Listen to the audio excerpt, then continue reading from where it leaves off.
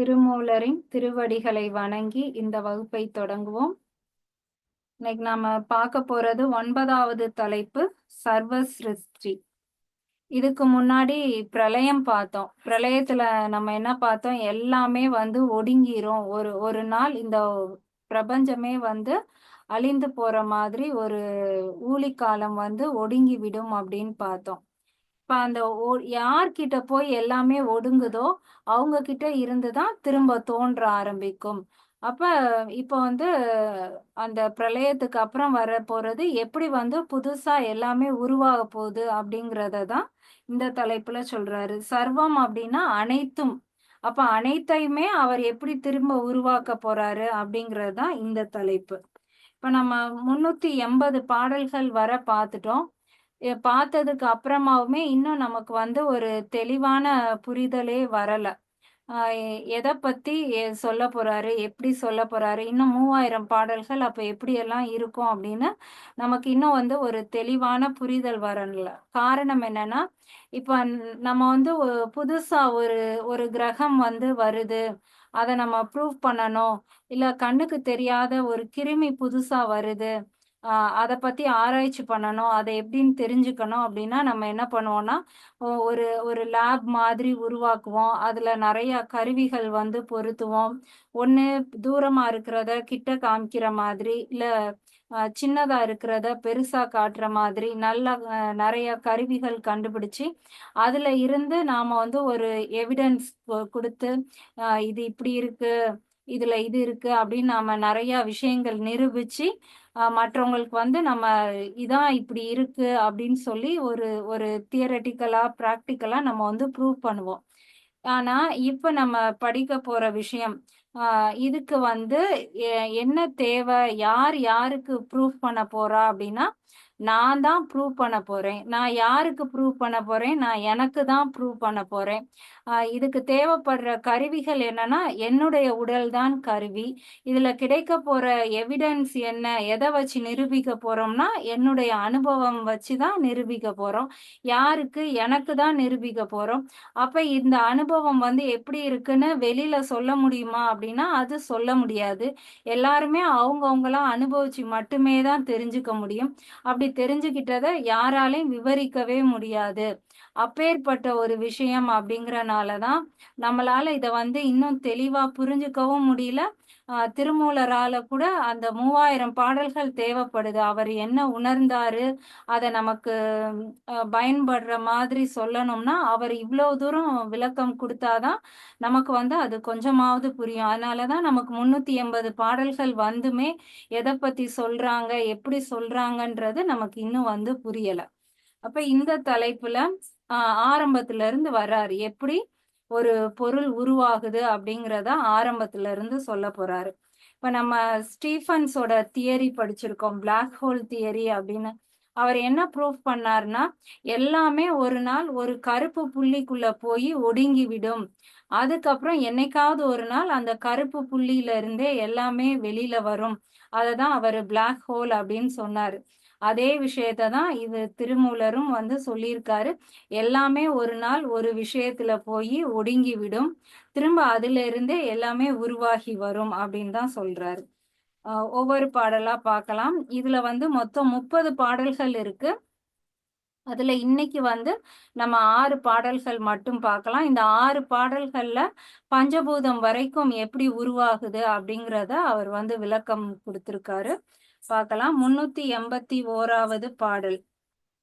ஆதியோடு அந்தம் இலாத பராபரம் போதம் அது ஆக புணரும் பராபரை சோதி அதனில் பரம் தோன்றுமாம் தீதில் பறை அதன்பால் திகழ்நாதமே.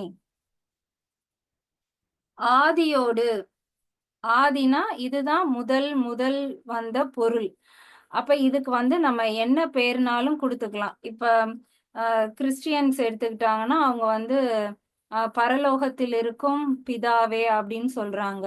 வள்ளலார் எடுத்துக்கிட்டோம்னா அருட்பெருஞ்சோதி அப்படின்னு சொல்றாங்க. இவங்க முஸ்லிம்ஸ் எடுத்துக்கிட்டோம்னா அவங்க வந்து உருவம் இல்லாத ஒரு பொருள் அப்படின்னு சொல்றாங்க. அப்ப அந்த ஆதியோடு அப்படிங்கிறதுக்கு நம்ம என்ன பெயர்னாலும் வச்சுக்கலாம். அந்த இடத்துல ஒரு பொருள் இருக்கு. அதுதான் வந்து முதல் முதல் தோன்றிய ஒரு பொருள். அதை நம்ம கற்பனைக்கு நமக்கு பிடிச்ச மாதிரி எதுனாலும் வச்சுக்கலாம். ஆனா நம்மளுடைய சைவத்துல அவங்க அதுக்கு சொல்ற பெயர் வந்து சிவம். சிவ இம் இம் போட்டு வரும். சிவன் கிடையாது, சிவம். சிவம் அப்படின்னா அதுக்கு வந்து எந்த குணமுமே கிடையாது.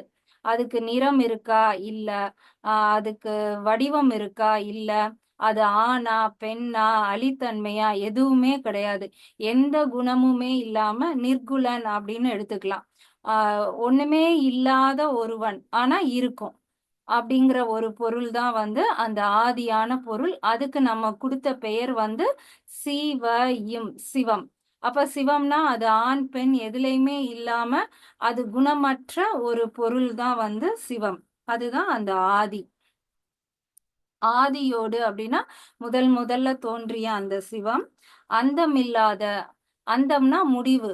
அப்ப ஏற்கனவே தோன்றிருச்சு, ஆனா அதுக்கு வந்து முடிவே கிடையாது. அப்பேற்பட்ட ஒரு பொருள்.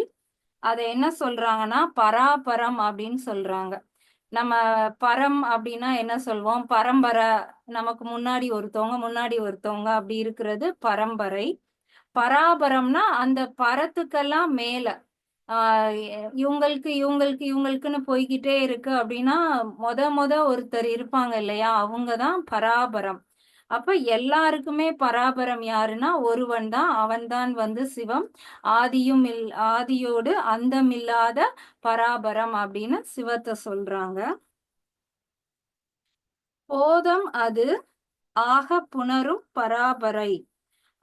அது வந்து ஒரு பொருள் தான். சிவம் அப்படிங்கிறது ஒரே பொருள் தான். ஆனா அது எப்பேற்பட்ட பொருள் அப்படின்னா போதம் அது அப்படின்னா அறிவுள்ள பொருள், மிக அறிவான பொருள் இருக்கிறதுலே எல்லாம் தெரிந்தவன், அனைத்தும் உடையவன், பேரறிவு மிக்கவன், அவன்தான் அது.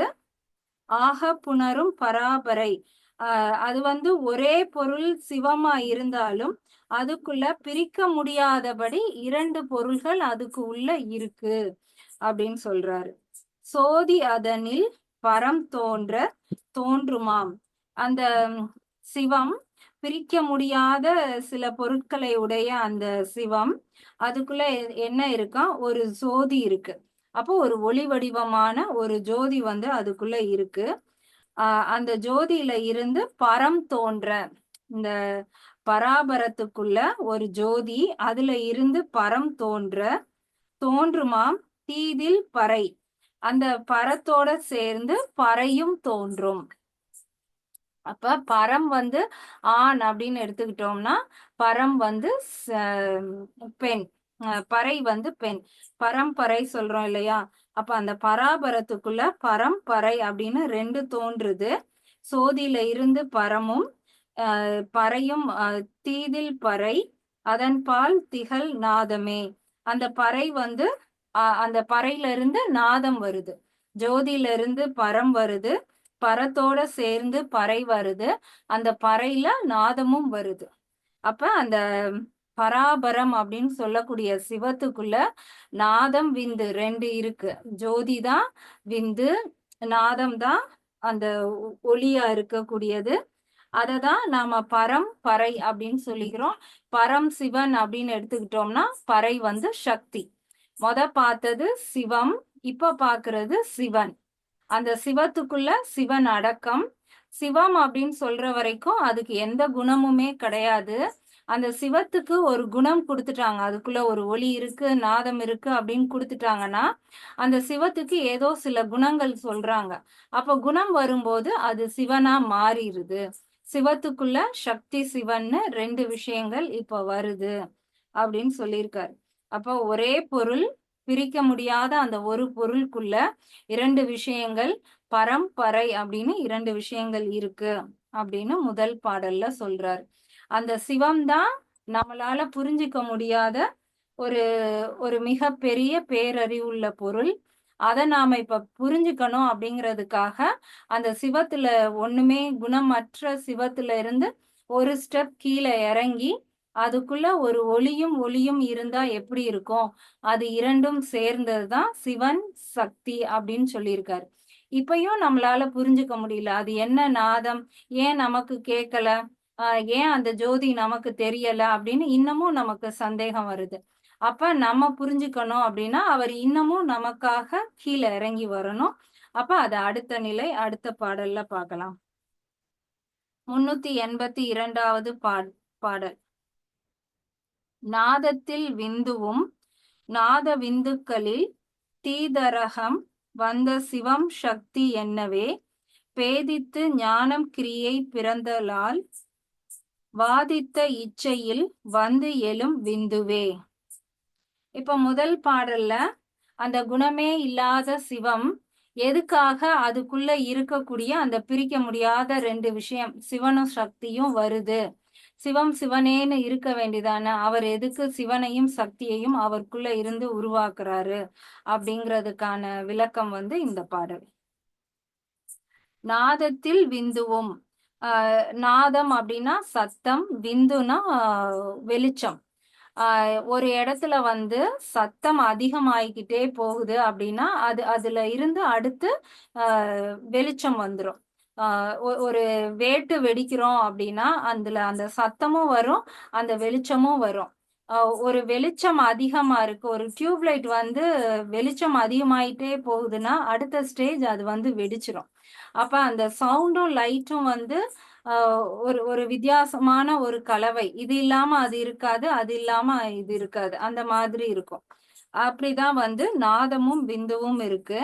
நாத விந்துக்களில் தீதர் ரகம் வந்த சிவம் சக்தி என்னவே.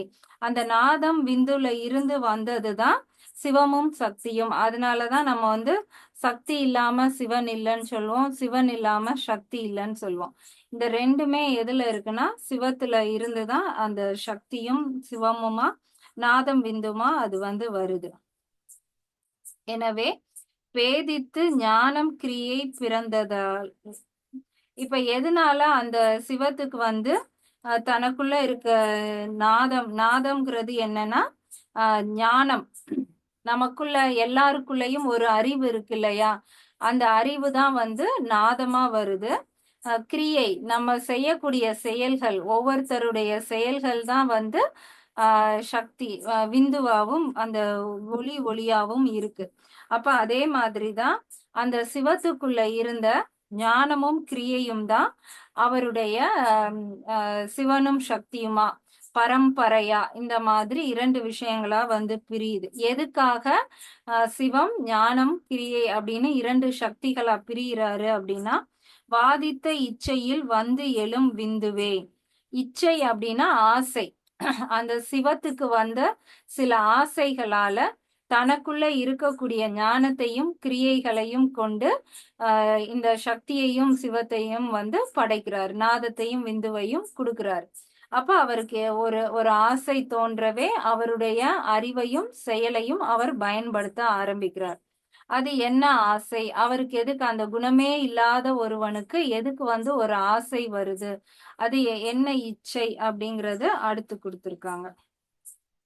383வது பாடல்.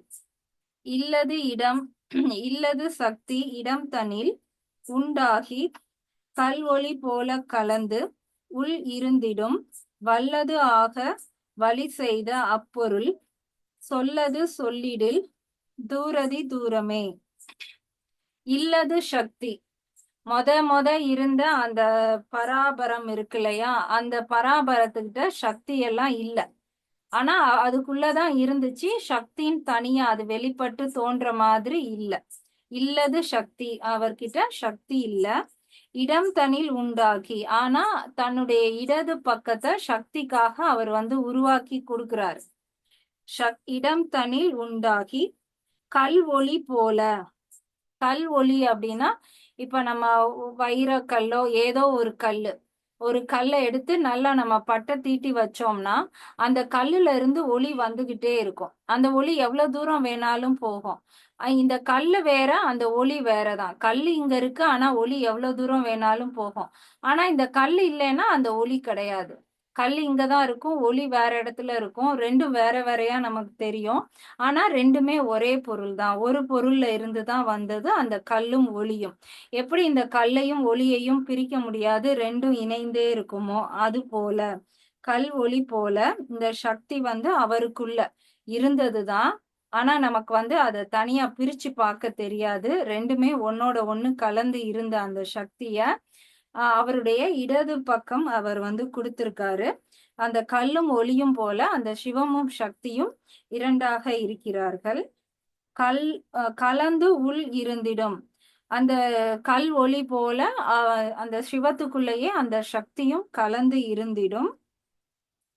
வல்லது ஆக, வல்லது அப்படின்னா மிக வலிமை வாய்ந்த ஆற்றலுடைய, வல்லது ஆக வலி செய்த அப்பொருள். அந்த சக்திக்கு தான் இப்ப அந்த மிகப்பெரிய ஆற்றல் இது எல்லாமே இருக்கு.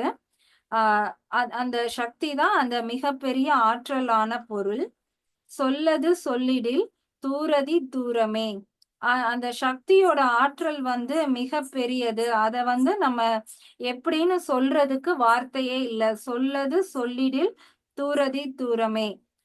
அது எவ்வளவு பெரிய ஆற்றல் அப்படின்னு சொல்லி நமக்கு புரிய வைக்கக்கூடிய தன்மை உடையது கிடையாது. அவருடைய சக்தி மிக பெரிய சக்தி அப்படின்னு சொல்றாரு. இப்ப முதல் பாடல்ல சிவம் அப்படிங்கிற பராபரம் தனக்குள்ளேயே பரம்பரை நாதம் விந்து ஜோதியும் நாதமுமா அப்படியே உள்ளேயே பிரிஞ்சிருக்கு. அதத்தான் சிவனும் சக்தியும் அப்படின்னு பிரிச்சிருக்காங்க. அந்த சக்தி தான் என்ன பண்ண போகுது அப்படின்னா, அதுக்குதான் மிகப்பெரிய ஆற்றல் இருக்கு.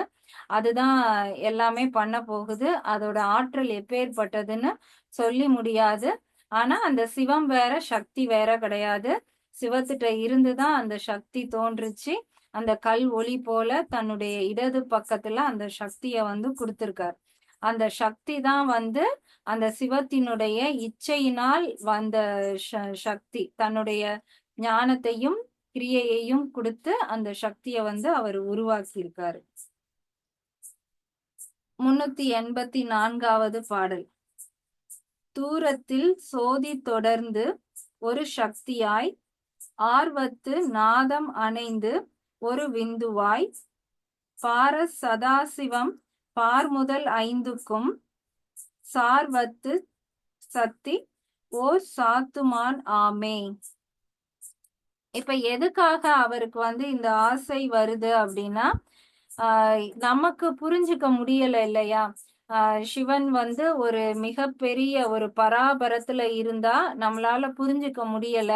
இந்த ஆன்மாக்கள் கஷ்டப்படுது அப்படிங்கறனால அவருக்குள்ள ஒரு ஆசை வருது. இந்த ஆன்மாக்களுக்கு அறிவு இருக்கு, ஆனா அதுக்கு உணர்த்துறதுக்கு யாருமே இல்ல அப்படிங்கிற அந்த ஒரு ஆசையினால இந்த ஆன்மாக்கள் அறிவுள்ள பொருளா மாறட்டுமே அப்படிங்கிறதுக்காக அவருக்குள்ள வந்த ஆசை காரணமாக தன்னுடைய ஞானத்தையும் கிரியையையும் பயன்படுத்தி தனக்குள்ள இடது பக்கத்தை சக்திக்காக கொடுத்து அவர் அடுத்த நிலைக்கு இறங்கி வராரு. ஒரே குணமற்ற ஒரு பொருளா இருந்த சிவம் நமக்காக இறங்கி வந்திருக்காரு. அவருடைய இச்சை ஞானம் கிரியை மூணையுமே பயன்படுத்தி இறங்கி வந்திருக்காரு.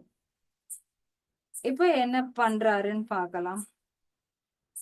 தூரத்தில் அப்படின்னா நம்மளுடைய எண்ணத்திற்கு, நம்ம நினைக்கிற மாதிரி கிடையாது, எண்ணத்திற்கு அப்பாற்பட்டவர், ரொம்ப தொலைவில் இருக்கக்கூடிய சோதி. அவர் ஒரு ஜோதி வடிவமா இருக்காரு. நம்மளுடைய எண்ணத்துக்குள்ள அவர் அகப்பட மாட்டார். அப்பேற்பட்ட ஒரு ஜோதி. தொடர்ந்து ஒரு சக்தியாய், தொடர்ந்து அப்படின்னா நம்மளுடைய எண்ணத்துக்கு அவர் இறங்கி வர மாதிரி, நாம புரிஞ்சுக்கிற மாதிரி அவரை ஒரு சக்தியாய், ஒரு மிகப்பெரிய பேரொளியாய் அவர் மாறி வராரு. ஆர்வத்து நாதம். நாதம் அப்படிங்கிறது அவருக்கு ஏற்பட்ட அந்த இச்சையினால் வந்த நாதம். அனைத்து ஒரு விந்துவாய், அதுல இருந்து அந்த அணைந்து அப்படின்னா அதுல இருந்து தோன்றிய நாதம். நாதமும் விந்துவும் அவருடைய அந்த இச்சையினால் வந்த அந்த நாதமும் விந்துவும்.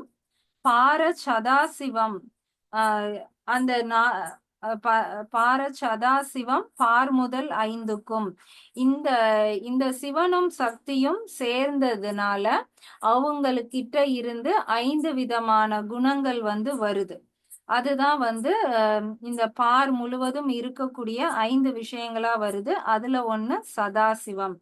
அப்ப இதுல வந்து எப்படி சொல்ல வர்றாங்கன்னா, நாதம் விந்து, சிவனும் சக்தியும் எப்படினாலும் நாம எடுத்துக்கலாம்.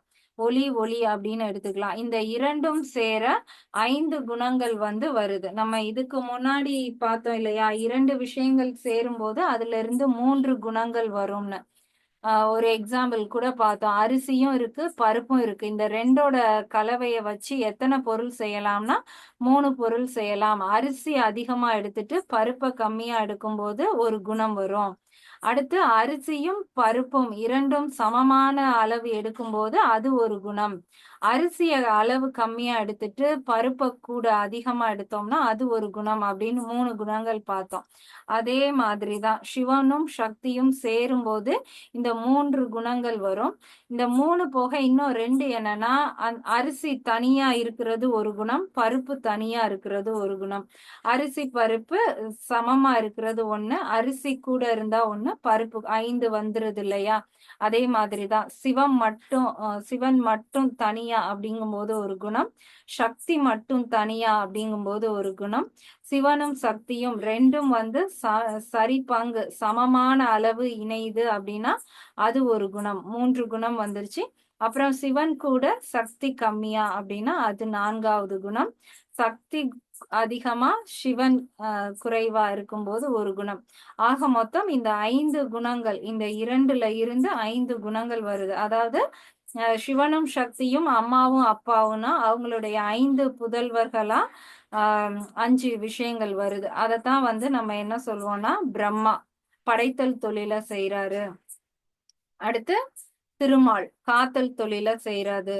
ருத்ரன் அழித்தல் தொழில செய்யறாரு. மகேஸ்வரன் மறைத்தல் தொழில செய்யறாரு. சதாசிவன் அருளுதல் தொழில செய்யறாரு அப்படின்னு நம்ம பாக்குறோம் இல்லையா? இந்த 5 பேர் வந்து யார்கிட்ட இருந்து வர்றாங்கன்னா, இந்த நாதமும் விந்துவும் சிவனும் சக்தியும் சேர்றதுனால வரக்கூடிய இந்த 5 புதல்வர்கள் 5 குணங்கள் வந்து வருது. சார்வத்து சத்தி ஓர் சாத்துமான் ஆமே. இந்த இந்த ஒப்பு இல்லாத இந்த சக்திகள் உள்ள இந்த 5ம் தான் வந்து அடுத்து இந்த இந்த உலகத்தை இந்த புவனத்தையே வந்து படைக்க போகுது அப்படிங்கறதான் இந்த பாடல்ல சொல்லியிருக்காரு. இன்னொரு தடவை பார்க்கலாம். தூரத்தில் சோதி, நம்மளுடைய எண்ணத்திற்கு அப்பாற்பட்ட சோதி வடிவமானவன் தொடர்ந்து ஒரு சக்தியாய் நம்மளுடைய எண்ணத்திற்குள் உட்படுவதற்காக ஒரு சக்தியாய் ஆர்வத்து நாதம் நாதத்தை வந்து தன்னுடைய இச்சையால் நாதத்தை தோற்றுவித்து அணைந்து ஒரு விந்துவாம், அந்த நாதத்திலிருந்து விந்துவையும் உருவாக்கி பார சதாசிவம் முதலான பார் முதல் 5க்கும் 5 குணங்களை உடைய ஐவர்களுக்கும் சார்வத்து சத்தி ஓர் சாத்துமான் ஆமே. அனைத்துக்குள்ளேயும் இருக்கக்கூடிய அந்த சக்தி வந்து ஒரே சக்தி தான். ஏன்னா அந்த சக்தியில இருந்துதான் இந்த 5மே வந்திருக்கு. அப்ப இந்த 5ஐயும் கண்ட்ரோல் பண்ணக்கூடியதும் ஒரே சக்தி தான். அந்த சக்தி தான் வந்து மிகப்பெரிய சக்தியா இருக்கு. 385வது பாடல். இப்ப 5 வந்து நம்ம இந்த பிரம்மா, திருமால், ருத்ரன், மகேஸ்வரன், சதாசிவன் அப்படின்னு பார்த்தோம். இந்த 5 தான் வந்து பஞ்சபூதங்களாகவும் சொல்லியிருக்காங்க. அது அடுத்த பாடல்ல சொல்றாங்க. மானின் கண் வான் ஆகி வாயு வளர்ந்திடும், கானின் கண் நீரும் கலந்து கடினமாய், தேனின் கண் 5ம் செறிந்து 5 பூதமாய், பூவின் கண் நின்று பொருந்தும் புவனமே. மானின் கண் அப்படின்னா இந்த இடத்துல மான் அப்படிங்கிறது மாயையில் இருந்து அப்படின்னு சொல்லியிருக்காங்க. இப்ப இது வரைக்கும் நம்ம பார்த்தோம் இல்லையா, இது எல்லாமே வந்து நம்மளுடைய கண்களால பார்த்து புரிந்துக்க முடியாதபடி ஒரு சக்திகளாவே தான் தோன்றியிருக்கு. படைக்கும் சக்தி, காக்கும் சக்தி, அப்புறம் இந்த 5க்கும் மேலான நாதவிந்து, அதுக்கும் மேலான சிவம். இது எதுவுமே வந்து நம்மளால பார்த்து புரிந்துக்கவே முடியல. சிவனும் வந்து இப்ப ஒவ்வொரு படியா இறங்கி தன்னுடைய சக்தியில இருந்து 5 விஷயங்களை வந்து உருவாக்கிட்டார். அப்படி இருந்தும் நமக்கு வந்து அது புரியவே இல்லை. அப்ப இன்னும் அவர் கீழே இறங்கி வரணும். இப்ப அவருடைய குணம், அவர் வந்து மிகப்பெரிய ஒரு அறிவான பொருளா இருந்து அவரு நமக்காக இவ்வளவு தூரம் இறங்கி வந்தும் நம்மளால அவரை புரிஞ்சுக்கவே முடியல. அப்ப என்ன பண்றாருன்னா ஒரு மாயை வந்து அவரோட சேர்க்கிறார். மாயை அது கூட கொண்டு வரும்போதுதான் நமக்கு வந்து புரியும் அப்படிங்கிறதுக்காக மாயையை வந்து சேர்க்கிறாரு. மாயை அப்படின்னா என்னன்னா, இவ்வளவு நேரம் பார்த்த இந்த விஷயங்கள் எல்லாமே சக்திகளாவே இருந்துச்சு. நம்மளால கண்ணால பார்த்தோ, தொட்டு உணர்ந்தோ புரிஞ்சுக்க முடியாத மாதிரி இருந்துச்சு. அப்ப நம்ம கண்ணுக்கு தெரியணும், நம்மளால தொடணும், நம்ம உணரணும் அப்படிங்கிறதுக்காக ஒரு அறிவற்ற ஒரு ஜட பொருள். அதுதான் வந்து மாயை. நமக்கு பார்க்கிறதுக்கு அது அழகா கண்ணுக்கு தெரியிற மாதிரி ஒரு விஷயம். அத கொண்டு வந்து தன்னோட சேர்க்கிறாரு. அப்ப இப்ப இவ்ளோ நேரம் பார்த்த இந்த சக்திகள் எல்லாமே சுத்த மாயைன்னு எடுத்துக்கலாம். ரொம்ப சுத்தமான பொருள். இப்ப அவரு நம்மளுடைய கண்ணுக்கு தெரியணும் அப்படிங்கிறதுக்காக ஒரு அசுத்தத்தை கொண்டு வந்து சேர்த்துக்கிறாரு. அப்ப இந்த சுத்தமும் அசுத்தமும் சேர்ந்த பிறகுதான் அது நம்மளுடைய கண்ணுக்கு வந்து தெரியுது. எப்படி தெரியுதுன்னா பஞ்சபூதங்களா தெரியுது. மண்ணு, காத்து, நெருப்பு அப்படின்னு சொல்லி நம்மளால பார்த்து தொட்டு உணர்ந்து புரிஞ்சுக்க முடியிற மாதிரி பல விஷயங்கள் இப்பதான் நமக்கு தெரியுது. அவர் சுத்தமாயாவே இருக்கிற வரைக்கும் நம்மளால அவரை புரிஞ்சுக்கவே முடியல. அவர் நமக்காக ஒவ்வொரு படிப்படியா இறங்கி அசுத்தத்தை தன்னோட கொஞ்சம் சேர்த்த பிறகுதான் நம்மளால அவரை வந்து என்னன்னு பார்க்க முடியுது. இன்னுமே நம்ம அவரை உணரல. ஆனா அந்த சக்தியை நம்மளால கொண்டு பார்க்க போறோம். அப்ப அதத்தான் சொல்றாரு. மானின் கண் அப்படின்னா அந்த மாயையில இருந்து, அந்த அசுத்த மாயையில இருந்து வானாகி வானத்தை வந்து படைக்கிறாரு. அப்ப பஞ்சபூதங்கள்ல மொத வந்தது எதுனா வானம். வானம்னா என்னது? ஆகாயம். அது எப்படி ஆகாயத்தை வந்து படைத்தாரு அப்படின்னா, நமக்கு இந்த பிரபஞ்சம் எப்படி தோன்றுச்சு அப்படின்னா, பிக் பேங் தியரி அப்படின்னு சொல்றோம். ஒரு பேரண்ட வெடிப்பு. இப்ப நம்ம சில நேரம் ஸ்கூல்ல வந்து மிஸ் உக்காந்துருப்பாங்க. அவங்க டேபிளை சுத்தி நம்ம எல்லாரும் கூட்டமா நின்னுட்டு எதையாவது ஒரு விஷயத்த நாம வந்து பேசிக்கிட்டே இருப்போம். அப்ப அந்த டீச்சர் என்ன பண்ணுவாங்கன்னா, ஸ்கேல எடுத்து டேபிள்ல வந்து ஓங்கி ஒரு தட்டுவாங்க. நல்லா பயங்கரமா சத்தம் கேட்கும். கேட்ட உடனே நம்ம எல்லாரும் ஒரு 2 ஸ்டெப் வந்து தள்ளி போய் நின்றுவோம். அப்போ ஒரு சத்தத்தால என்ன பண்ண முடியும்னா, ஒரு ஸ்பேஸ வந்து உருவாக்கி தர முடியும். ஒரு இடத்தை உருவாக்குறதுக்கு ஒரு ஒரு சத்தம் வரும். இப்போ ஒரு ஒரு நாய் அமைதியா இருக்குன்னா, நம்ம எல்லாரும் அத சுத்தி நின்னுகிட்டு இருப்போம். திடீர்னு அது ஓங்கி குலைக்குது அப்படின்னா, நம்ம ஒரு 2 அடி அத விட்டு தள்ளி போவோம். அதே மாதிரிதான் எந்த இடத்துலலாம் ஒரு சத்தம் வருதோ, அந்த இடத்துல கொஞ்சம் வெற்றிடம் வந்து தானாகவே உருவாகும். அப்ப நம்ம ஃபர்ஸ்ட் என்ன பார்த்தோம்? அந்த பராபரத்துல இருந்து நாதமும் பிந்துவும் தோன்றுதுன்னு பார்த்தோம் இல்லையா? அப்ப அந்த நாதம் தான் வந்து ஒரு பேரண்ட வெடிப்பா திடீர்னு ஒரு சத்தத்தோட அது அந்த நாதம் வரும்போது, அந்த இடத்துல ஒரு வெற்றிடம், ஒரு ஸ்பேஸ் வந்து உருவாகுது. அப்ப மொத வானாகி அந்த சக்தி தான் வானமா இப்ப வந்து மாறி இருக்காங்க. அடுத்து வாயு வளர்ந்திடம். இப்ப வந்து ஒரு வெற்றிடம் வந்துருச்சு. வெற்றிடம் வந்த பிறகு அதுக்குள்ள என்ன வருதுன்னா, வாயு வளர்ந்திடும். காற்று வந்துடுமா? இப்ப இந்த இடத்துல வந்து ஒரு ஒரு வாட்டர் பாட்டில கொண்டு வந்து நான் வைக்கிறேன் அப்படின்னா, அதுக்குள்ள வெற்றிடம் இருக்குன்னா, தானாவே அதுக்குள்ள காற்று போக ஆரம்பிச்சிரும். அப்ப எங்கெல்லாம் ஒரு வெற்றிடம் இருக்கோ, அந்த இடத்துலலாம் ஒரு அசைவுகள், காற்று அப்படிங்கிறது ஒண்ணும் கிடையாது. அசைவு. அந்த வெற்றிடத்துல இருக்கக்கூடிய அந்த சின்ன பார்ட்டிகிள்ஸ் எல்லாம் வந்து அப்படியே அசைந்து அந்த இடத்துல வந்து ஒரு காற்று வீசப்படும்.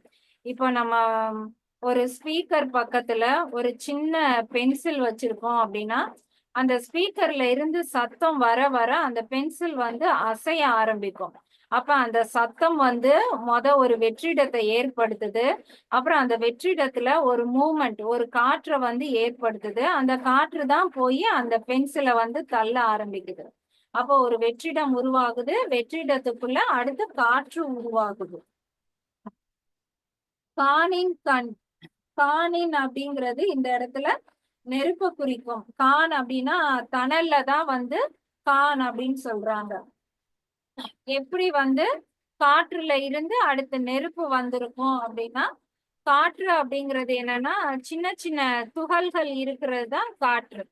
அந்த காற்றுக்குள்ள ஒவ்வொரு பார்ட்டிகிள்ஸும், அந்த சின்ன சின்ன துகள்களும் இங்கிட்டும் அங்கிட்டுமா அசைந்துகிட்டே இருக்கும். அப்போ ஒன்னோட ஒண்ணு உராய்வும் போது அங்க என்ன ஆகும்னா, அந்த காற்று இங்கிட்டும் அங்கிட்டும் அசைய அசைய அதுக்குள்ள வந்து நெருப்பு உருவாகும். அப்ப காற்றுல இருந்து மூன்றாவது பூதமா காணின் கண் தோன்றும். அதாவது ஒரு நெருப்பு தோன்றும். அடுத்து நீரும் கலந்து அந்த காற்றுக்குள்ள என்ன ஆகும், அந்த நெருப்புக்குள்ளதான் என்ன ஆகும்னா நீர் உருவாகும். எப்படி நீர் காற்று நெருப்புல இருந்து நீர் உருவாகும்னா, இப்ப அந்த காற்று வந்து ஒவ்வொரு பொருளையும் உராய்ச்சி உராய்ச்சி அதுக்குள்ள சூடை ஏற்படுத்துதுன்னா, அந்த சூடு என்ன ஆகும்னா ஆகாய பூதத்துக்குள்ள போய் குளிர்ச்சி ஆக ஆரம்பிக்கும். காற்றுக்குள்ளேயே அந்த நெருப்பு இருந்து இருந்து அடுத்து ஒரு கட்டத்துல அது வந்து குளிர ஆரம்பிக்கும். நெருப்பு குளிர்ந்தா என்ன ஆகும்? இப்ப நம்ம ஒரு பாத்திரத்துல நல்லா தண்ணிய கொதிக்க விடுறோம்னா, அந்த கொதிக்கிற தண்ணியில இருந்து ஆவி வரும். அந்த காற்று வந்து நல்லா சூடான காற்றா மேல வரும்.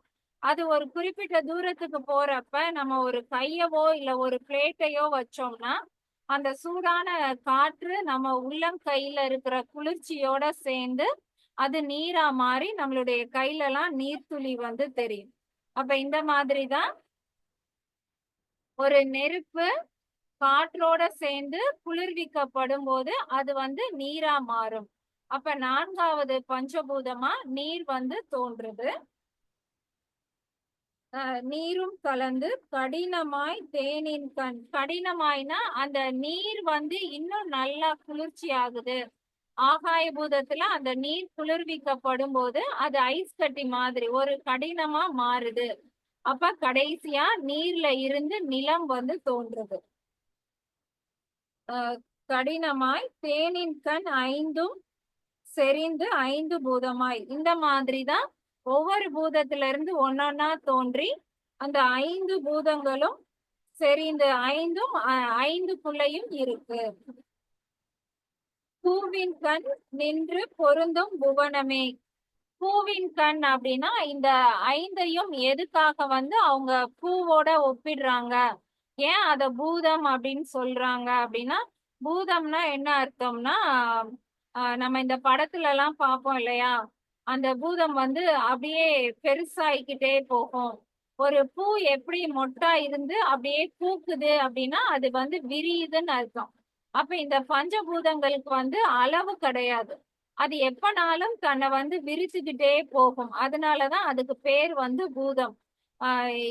இந்த பஞ்சபூதம் வந்து இவ்வளவுதான் அப்படின்னே கிடையாது. அதுக்குள்ள எவ்வளவு நாளும் நாம அடக்கலாம். அது வந்து விரிந்துகிட்டே போகும். அதுதான் வந்து பூவின் கண் அப்படின்னா விரிந்து கொண்டே போகக்கூடிய தன்மை உடைய ஒரு பூதம் அது. நின்று பொருந்தும் புவனமே. இந்த அஞ்சும் தான் சேர்ந்து இந்த புவனமா வந்து இருக்கு அப்படின்னு சொல்லியிருக்காரு. திரும்ப பார்க்கலாம். மானின் கண் அசுத்த மாயையில் இருந்து வானாகி முதல வானம் தோன்றி வாயு வளர்ந்திடும், அதுக்குள்ள காற்று வளர்ந்திடும். கானின் கண் அந்த காற்றுக்குள்ள நெருப்பு தோன்றிடும். நீரும் கலந்து அந்த நெருப்புக்குள்ள நீரும் கலந்திடும். கடினமாய் அந்த நீரு தான் கடினமான நிலமாகவும் மாறும். தேனின் கண் ஐந்தும் செறிந்து ஐந்து பூதமாய். இந்த ஐந்தும் சேர்ந்துதான் வந்து பஞ்சபூதங்களாய். பூவின் கண் அது அனைத்துமே விரியக்கூடிய தன்மை கொண்டது. நின்று பொருந்தும் புவனமே. இந்த ஐந்தும் பொருந்தினதுதான் புவனம் அப்படின்னு சொல்லியிருக்காரு. அப்ப இந்த இந்த ஐந்துக்குள்ளேயும் வந்து ஒரே விஷயங்கள் தான் இருக்கு. ஆனா நமக்கு வந்து அது எல்லாமே தனித்தனியா நாம பாக்குறோம். இந்த அஞ்சை வந்து நாம எப்படி புரிஞ்சுக்கலாம்னா, இப்ப நம்ம ஒரு காட்டுக்குள்ள போய் நிக்கிறோம், பெரிய மலை இருக்கு. அந்த மலைக்கு மேல என்ன இருக்கும்? ஆகாயம் இருக்கும். அந்த ஆகாயத்துல இருந்து அப்படியே ஒரு நீர்வீழ்ச்சி வருது அப்படின்னா, அந்த ஆகாயத்துக்குள்ள தண்ணி இருந்திருக்கு. தண்ணி தான் வந்து அப்படியே நீர்வீழ்ச்சியா வருது. நம்ம அதையும் பார்க்கிறோம். அந்த மலைக்கு மேல இருக்கிற ஆகாயத்த பார்க்கிறோம். ஆகாயத்துல இருந்து அப்படியே நீர் வர்றதையும் பார்க்கிறோம். நம்ம பக்கத்துல வரும்போது அது நம்ம கண்ணுக்கு தண்ணியா தான் தெரியுது. ஆனா அது அப்படியே போய் கடலுக்குள்ள கலந்துருது. அந்த கடலுக்குள்ள கலக்கும்போது அந்த கடற்கரையில இருக்கக்கூடிய காற்றுலயும் அதே நீர் தான் இருக்கு. அந்த காற்று தான் வந்து மேல போய் ஆகாயமா மாறுது. அதுல மேகமா சேர்ந்து திரும்ப அதுதான் வந்து நீரா மாறுது. திரும்ப கடலுக்கு போகுது. அப்ப நம்ம கண்ணுக்கு பார்க்கும்போது இப்ப நீரா இருக்கும். ஆனா அந்த நீர் தான் கொஞ்ச நேரத்துல காற்றா மாறும். அந்த காற்று தான் அடுத்து கொஞ்ச நேரத்துல ஆகாயமா மாறும். திரும்ப நம்ம கண்ணுக்கு நீரா மாறும். அப்ப இந்த பஞ்சபூதங்கள் வந்து என்னைக்குமே வந்து இது நிலம்னா நிலம் தான் அப்படின்னு நம்ம சொல்ல முடியாது. அந்த நிலம் தான் திரும்ப ஒரு சைக்கிளிக்கா போய் ஆகாயமா மாறி திரும்ப காற்றா மாறி அப்படியே வரும். இப்ப நிலத்த வந்து நம்ம ஒரு தோண்டி பார்க்கிறோம்னு வைங்க, ஒரு இடத்துல வந்து நீர் பூதம் உள்ள இருக்கும். உள்ள இருந்து தண்ணி வரும். நம்ம பக்கம்லாம் தோண்டுனா தண்ணி வரும். அதே இது சில இடங்கள்ல போயி தோண்டுனோம்னா, உள்ள இருந்து எரிமலை வரும். நெருப்பு உள்ள இருந்து வரும். சில இடங்கள்ல பார்த்தோம்னா, இந்த நிலக்கரி எடுக்கிறதுக்காக தோண்டுனாங்க. திடீர்னு உள்ள இருந்து விஷவாயு தாக்கி அந்த இதுல இறந்துட்டாங்க அப்படின்னு சொல்லுவாங்க. அப்போ உள்ள வந்து காற்றும் இருக்கு. சில இடத்துல பார்த்தோம்னா, கல்லு இந்த மாதிரி நிலமே உள்ள இருக்கு. அப்ப நிலத்துக்குள்ள நிலமும் இருக்கு, நீரும் இருக்கு, நெருப்பும் இருக்கு, காற்றும் இருக்கு, ஆகாயமும் இருக்கு. அதே மாதிரி தான் காற்று எடுத்துக்கிட்டோம்னா, அதுக்குள்ள நிலமும் இருக்கு, நீரும் இருக்கு, நெருப்பும் இருக்கு, காற்று எல்லாமே இருக்கு. ஆனா என்ன எப்படி இருக்குன்னா, அதனுடைய சதவீதம் வந்து மாறுது. இப்ப நிலத்துக்குள்ள அரை பங்கு நிலம் இருக்குன்னா, அந்த அரைக்கால்வாசி பங்கு மற்ற 4 பூதங்களும் இருக்கு. இப்படிதான் வந்து எல்லா பூதங்களும் ஒரு கலவையா இருந்து நமக்கு இந்த உலகத்த வந்து படைத்திருக்கு அப்படின்னு சொல்லியிருக்காரு. அப்ப இந்த பஞ்சபூதத்துக்குள்ள என்ன இருக்கு அப்படின்னா, அந்த சுத்த மாயை சிவத்துல இருந்து வந்த சுத்தமான சக்தியும் இருக்கு. நமக்கு பார்க்கணும், நம்ம புரிஞ்சுக்கணும் அப்படிங்கிறதுக்காக அசுத்த மாயையும் கலந்து இந்த பஞ்சபூதங்கள் வரும்போதுதான் நம்மளால அத வந்து புரிஞ்சுக்க முடியுது. அப்ப இத்தனை நிலைகளா இறைவன் இறங்கி நமக்காக இந்த பஞ்சபூதத்தை படைத்து உலகத்தை நமக்கு வந்து காமிச்சிருக்காரு. இப்படிதான் வந்து படைத்தல் தொழில் செய்திருக்காரு. அடுத்து ஒரு பாடலோட முடிச்சுக்கலாம். 386வது பாடல். புவனம் படைப்பான் ஒருவன் ஒருத்தி, புவனம் படைப்பார்க்கு புத்திரர் ஐவர், புவனம் படைப்பானும் பூமிசை ஆயனாய், புவனம் படைப்பான் அப்புண்ணியன் தானே. இப்ப இந்த புவனம் இந்த உலகத்தை படைத்தவர் யாரு? நம்ம முத பார்த்த அந்த பராபர சிவம். எப்படி படைத்தாரு? தனக்குள்ள இருக்கக்கூடிய சக்திய வச்சுதான் படைத்தாரு. வேற எதை எடுத்துக்கிட்டாரு அப்படின்னா, இந்த சிவம் தான் பேரருள் உடைய பொருள். ஆனா அறிவற்ற ஒரு மாயையில இருந்து எடுத்து நமக்காக இந்த உலகத்தை வந்து படைத்தாரு. எதுக்கு? இந்த ஆன்மாக்கு வந்து சிற்றறிவு இருக்கு. அதுக்கு நம்மளால முடிந்த ஒரு அறிவை கொடுத்தோம்னா, அந்த வந்து நம்மள மாதிரி அதுவும் ஒரு அறிவு பொருளா மாறுமே. இப்ப அது ஜடமா இருக்கே, அதுக்கு அந்த அறிவை வந்து தூண்டி விடுவோமே அப்படிங்கிறதுக்காக அவர் வந்து படைத்திருக்காரு. அத இந்த பாடல்ல சொல்லியிருக்காரு. புவனம் படைப்பான் ஒருவன் ஒருத்தி. இந்த புவனத்தை யாரு படைப்பான்னா ஒருவன் ஒருத்தி. அந்த சிவத்துக்குள்ள இருந்த நாதம் விந்து அதுதான் ஒருவன் ஒருத்தி. இல்ல பரம்பரை இல்ல சக்தி சிவன் இந்த 2 பேரும் தான் சேர்ந்து இந்த உலகத்தையே படைத்தார்கள். புவனம் படைப்பார்க்கு புத்திரர் ஐவர். இந்த ஒருவன் ஒருத்திக்கும் பிறந்த புத்திரர்கள் குழந்தைகள் எத்தனை பேர்னா 5 பேர். அந்த சிவனுடைய தன்மையில அப்படியே வந்தா ஒருவன், அந்த சக்தியோட தன்மையில அப்படியே வந்தா அது ஒரு புத்திரன், அந்த சிவனும் சக்தியும் சரிபாதி இணைந்தாங்க அப்படின்னா அது ஒரு புத்திரன், சிவன் அதிகமா சக்தி கம்மியா இருந்தா அது ஒரு புத்திரன், சக்தி அதிகமா சிவன் கம்மியா ஆக மொத்தம் இந்த சிவனும் சக்தியும்ல இருந்து 5 புத்திரர்கள் இந்த புவனத்தை படைக்கிறதுக்காக பிறந்தார்கள். புவனம் படைப்பாலும் ஆயனாய். இந்த புவனத்தை வந்து அவங்க படைத்தாலும் இந்த 5 பேர் தான் இந்த புவனத்தையே வந்து நம்ம பாக்குற எல்லாமே இந்த 5 தான் அப்படின்னாலுமே இந்த 5க்குள்ள இருக்கிறது யாருன்னா அந்த அவன் ஒருவன் தான். அந்த சிவத்துல இருந்து தான் இல்லையா வந்துச்சு. அப்ப இந்த 5க்குள்ளயும் இருக்கிறது ஒருவன் தான். பூமிசை ஆயனாய் அப்படிங்கிறது அவர் தான் எல்லாத்துக்கும் காரணமா இருக்காரு. புவனம் படைப்பான் அப்புண்ணியன் தானே. இந்த இந்த புவனத்தை வந்து படைத்து அத செம்மையா இனிமே என்ன செய்ய போறாரு, அதை எப்படி இயக்குறது அப்படிங்கிறதையும் பார்க்க போறாரு. அதுவும் யாரு, அவன் ஒருவன் தான். அவன் மட்டும்தான் இது எல்லாத்தையும் செய்ய போறான். ஆனா நம்மளுடைய கண்ணுக்கு பலவிதமா காட்சி தர்றாரு. காரணம் என்னன்னா அந்த அசுத்த மாயைய சேர்த்ததுனால. இப்ப இந்த அசுத்த மாயை வரவும் நம்ம கண்ணுக்கு அந்த மாயை மட்டும்தான் தெரியுதே தவிர அதுக்குள்ள இருக்கக்கூடிய அந்த உண்மையான பராபரம் அந்த சக்திய வந்து நமக்கு தெரியல. அப்ப இனி என்ன பண்ணணும்னா நம்ம ரிவர்ஸ்ல போனோம். இந்த பஞ்சபூதங்கள் எல்லாத்தையும் கடந்துட்டு அப்படியே உள்ள போனோம்னா அதுக்கப்புறம் அதுல 5 விதமான சக்திகள் இருக்கிறத நம்ம பார்க்கலாம்.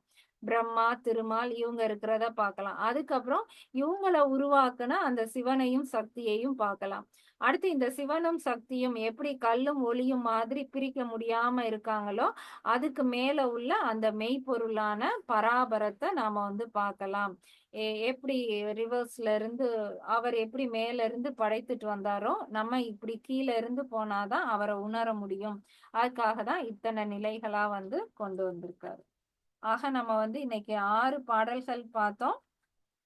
முதல் பாடல் பராபரத்துல இருந்து பரமும் பறையும் தோன்றுது அப்படின்னு பார்த்தோம். அந்த பரமும் பறையும் தோன்றுவதற்கு காரணம் அவருக்குள்ள ஏற்பட்ட ஒரு இச்சையால். இந்த ஆன்மாக்கள் பாவமே அவங்களுக்கு அறிவை கொடுப்போம் அப்படிங்கிற இச்சையால் அவருடைய ஞானத்தையும் கிரியையும் கொண்டு அவர் வந்து தோற்றுவிக்கிறார் அப்படின்னு பார்த்தோம். 3வது பாடல்ல அந்த ஞானத்துல இருந்து தன்னுடைய இடது பாக்கத்துல இல்லாத அந்த சக்திய வந்து கொண்டு வந்தாரு அப்படின்னு பார்த்தோம். சக்தி வந்துருச்சு அப்படின்னாலே கல்லொளி போல அந்த சிவனும் அது கூடயே சேர்ந்து வந்துருது. அது பார்த்தோம். 4வது பாடல்ல அந்த நம்மளுடைய எண்ணத்திற்கு எட்டாத அந்த சிவத்துல இருந்து நம்மளுடைய எண்ணத்துக்கு தெரியறதுக்காக அவர் வந்து 5 குணங்களை வந்து கொண்டு வர்றாரு. இந்த 5ம் வந்து அடுத்த பாடல்ல அந்த அசுத்த மாயையில இருந்து வர்றனால நம்மளால பார்த்து கேட்டு உணரக்கூடிய 5 புதல்வர்களா இந்த பஞ்சபூதம் வந்து தோன்றுது. 6வது பாடல் 5 விதமான பஞ்சபூதங்களா வந்து 5 தொழில்கள் 5 விதமா இருந்தாலுமே அது அனைத்தையுமே வந்து ஆட்டிவிக்க போறவன் ஒருவன் தான். ஏன்னா அந்த ஒருவன் ஒருத்தியில இருந்து வந்தவங்க தான் இந்த 5வர்கள். இதோட முடிக்கிறார். ஆக பஞ்சபூதம் எப்படி தோன்றி இருக்கு அப்படின்னு சொல்லிட்டாரு. நீ அதுக்கப்புறம் அடுத்து தோன்றதெல்லாம் அடுத்த வகுப்புல பார்க்கலாம்.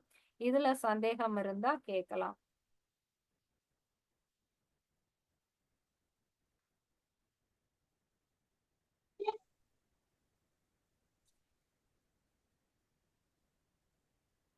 சந்தேகம் இல்லைன்னா அடுத்த கிளாஸ் பார்ப்போம். இல்லைன்னா இப்ப சொல்றப்ப கொஞ்சம் ஏதோ புரிஞ்ச மாதிரி தெரியும். கிளாஸ் முடியவும் அப்படியே கொஞ்சம் யோசித்து பாருங்க. சந்தேகம் இருந்துச்சுன்னா அடுத்த வகுப்புல சந்தேகத்தை கூட கேளுங்க. அதுக்கப்புறம் நம்ம பார்க்கலாம்.